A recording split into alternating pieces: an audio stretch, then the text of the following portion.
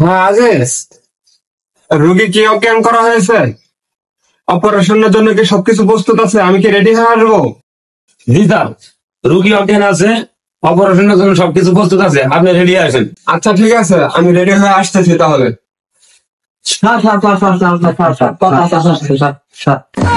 Sir 1 minute, একটা কথা বলতাম স্যার। আপনি আপনি এখানে কেন? আপনি কি জানেন এটা অপারেশন রুম?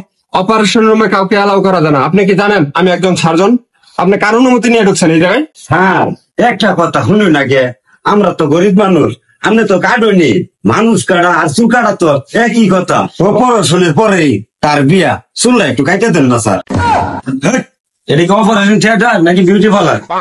হ্যাঁ, এই দুইটা কাছে একসাথে করলে খরচটা একটু কম। খালি চুলটা রাখে উপর নিচে যা আছে সব একবার ফেসিয়াল করে যাই। বাংলাদেশে শুধু রুগী না, রুগীর আত্মীয় স্বজনও পাগল।